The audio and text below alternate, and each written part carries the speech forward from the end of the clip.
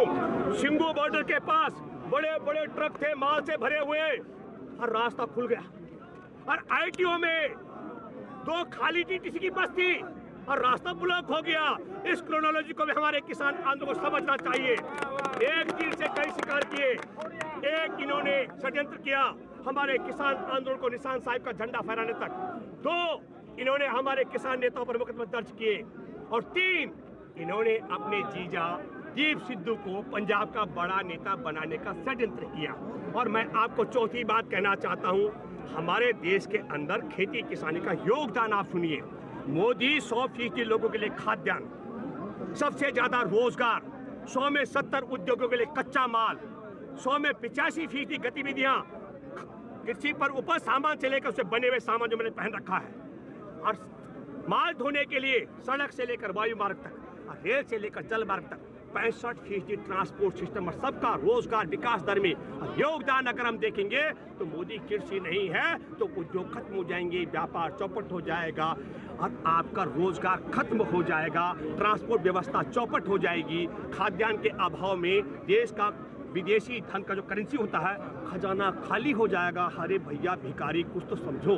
Modi media तक तक ही लगाया बैठा था कि आंदोलन कभी भी खत्म हो सकता है, कुछ ही सेकंड बचे हुए हैं, अभी कार्रवाई होगी, ये होगा वो होगा। और राकेश टिकैत की वीडियो जिस तरीके से दिखाया गया कि अभी जो है डर गया है और पहले की वीडियो के साथ कंपैरिजन किया गया, उसको आप कैसे देखते? नहीं देखिए, मोदी जिसको आप मीडिया बोलते हैं, मीडिया अपमान है। मैं एक बात बताना चाहता हूँ, सोशल मीडिया की ताकत है। सोशल मीडिया की ताकत है कि आज भारत के 14 करोड़ किसान परिवार एकजुट हो गए। सोशल मीडिया की ताकत है कि भारत में जो खेती किसानी अन्न खाता है वो किसानों के परिवारों के साथ खड़ा हो गया है। और जो धन खाता है, गंद खाता है, इनकी तरह जिसको आप गोदी मीडिया कहते हैं, वो काले कानूनों के साथ है। मैं फिर कहना चाहता हूँ आपको, मैं मानता हूँ राकेश टिकैत की जगह अगर मैं भी उस समय यहाँ पर होता और मैं देखता, आप समझिए षड्यंत्र को, यहाँ पर 2500 पुलिस फोर्स लगती है, नीचे भाजपा का गुंडा आरएसएस के गुंडे आते हैं। आपको मालूम है बागपत के अंदर रात को हमारे किसानों को पीटा गया, सिंगू बॉर्डर में हमारे तंबुओं पर आग लगाई गई, वहां चारों तरफ सील कर दिया, मैं वहां नहीं जा पाया। और वहां पर इनके पत्थरबाज गैंग पहुंचते हैं, आप समझिए, और पत्थरबाज पुलिस पर हमला करते हैं और हमारे किसानों को बदनाम किया जाता है। इस पूरी क्रोनोलॉजी को आपको समझना चाहिए, ये षड्यंत्र है। मैं दुख और अफसोस के साथ कहना चाहता हूँ, पहले इन्होंने कहा ये क्या कहते हैं गुमराह लोग हैं, फिर कहा ये पार्टियों के लोग हैं, फिर कहा ये चीन और पाकिस्तान प्रश्न, फिर कहा खालिस्तानी है, और अब एक बात और हो गई है। सुप्रीम कोर्ट मान गया, बोबडे साहब से हमने बार बार अपील की, ये हमारा सरकार का झगड़ा है, सुप्रीम कोर्ट किनारे हो गया। अब एक बात हो गई, भारत की मोदी सरकार और संघ का परिवार, इनके गुंडे लठाट आकर के आतंक फैला रहे हैं, ये आतंकवादी हैं। और एक बात इन्होंने कहा था, 26 जनवरी को पाकिस्तान का हस्तक्षेप रहेगा, मैं मान गया हूं। हमारे देश का राष्ट्रीय सुरक्षा सलाहकार अजीत डोभाल का बेटा पाकिस्तानी सैयद अली अब्बास का पार्टनर है, और शायद हो सकता है सैयद अली अब्बास के पार्टनरशिप में कुछ पैसा वहां से आया होगा जिसको दीप सिद्धू को इन्होंने पहुंचाया। तो मोदी तुम बताओ और अमित शाह तुम बताओ, दीप सिद्धू को पाकिस्तानियों ने पहुंचाया लाल किले पर क्या? उसके हाथ में निशान साहिब का झंडा क्या पाकिस्तानियों ने दिया क्या? आप देखिए, उसकी देह पर एक लाठी नहीं पड़ी, एक आंसू का गोला नहीं पड़ा, हमारे युवाओं पर लाठियां पड़ी हैं। हाँ। और मैं फिर कहना चाहता हूँ, लाल किले की घटना जो हुई है उसका इनपुट तो पहले से था कि ऐसा हो सकता है, लेकिन उसके बाद आप सुनिए, हाँ।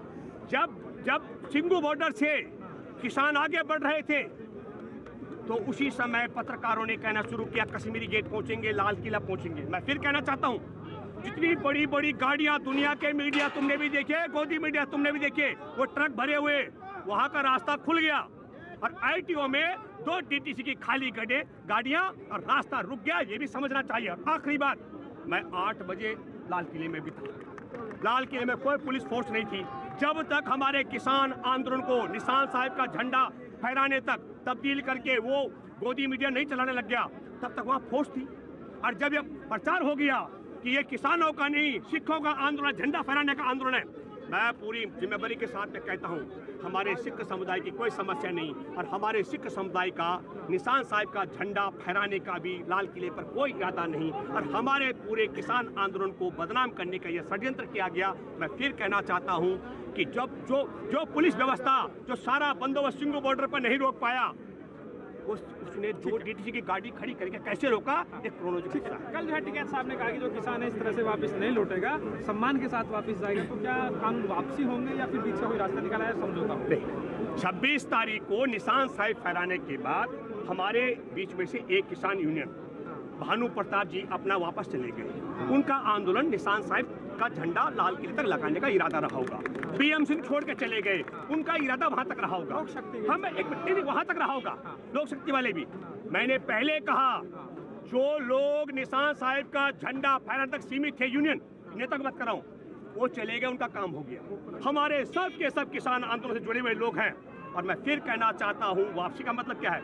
3 काले कानून जब तक मोदी सरकार खत्म नहीं करती है और न्यूनतम समर्थन मूल्य की गारंटी का कानून नहीं बनाती है, तो मोहन भागवत के बाप की भी ताकत हमारे आंदोलन को कमजोर खत्म करने की नहीं, यू टर्न की नहीं। एक बात, मैं दूसरी बात कहना चाहता हूँ, हमारी वापसी कर इस सरकार को रहना है कि जाना है।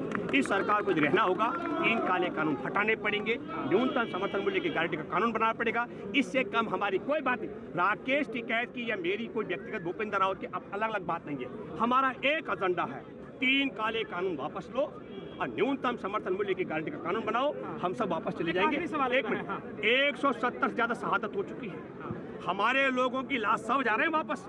और जो आप कहेंगे कि अचानक बीच में, हमारा पहले से तय था, धरने चलते हैं, धरने नहीं है, पड़ाव है। सरकार रास्ते खोल दे, हम सब दिल्ली में जाकर बैठेंगे। ये हमारा पड़ाव है, सरकार ने रास्ते रोक रखे हैं। मैं फिर कहना चाहता हूं कि संख्या बल का मामला ये है कि हमने पहले से घोषित किया था 26 जनवरी को परेड में ज़्यादा लोग आए थे, उनका वापसी करना बहुत, क्योंकि हर चीज़ होती है, खाने की व्यवस्था, रहने की व्यवस्था, दैनिक जो भौतिक क्रिया हैं, शौच की व्यवस्था, इन सब चीज़ों और पानी की व्यवस्था, इन सब पर जोर न पड़े, वो हमारी रणनीति का हिस्सा है, उनकी नहीं है। पर मैं फिर कहना चाहता हूँ, अगर आपको एक देखना है मोदी जी, तो जिस दिन आप तय कर लीजिए, आप चुनौती दीजिए, भारत की रेल चलवा दीजिए आप, और रेल चल जाए।